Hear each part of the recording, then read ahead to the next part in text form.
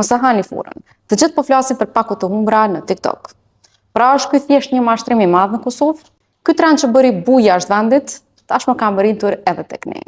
Trendi viral i kutive misterioze që nisi si një premtim për të gjetur gjëra me vlerë, shumë shpejt po kthehet si një zhgënjim masiv.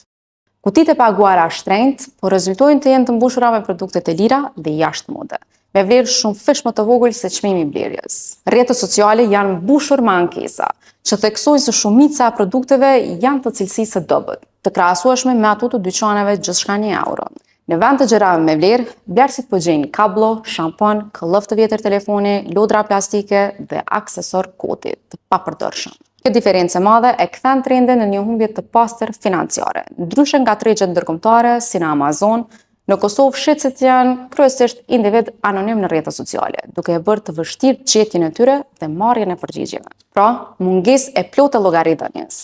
Dyshimi është se kjo është thjesht një strategji marketingu për të shitur stokun e vjetër që ka mbetur pa shitur. Kjo formë tregtimi është një zonë gri ligjore, si blerësit pranojnë rrezikun duke paguar pa e ditur përmbajtjen. Ankimimi për cilësi apo kthimi i parave bëhet shumë i vështirë. Ekspertët thonë se ky trend shfrytëzon efektin e llotarisë dhe FOMO, frika se po humbet diçka. A ja vlen rreziku për një gjetje të rrallë apo duhet i themi ndal këtij tundimi të kuriozitetit?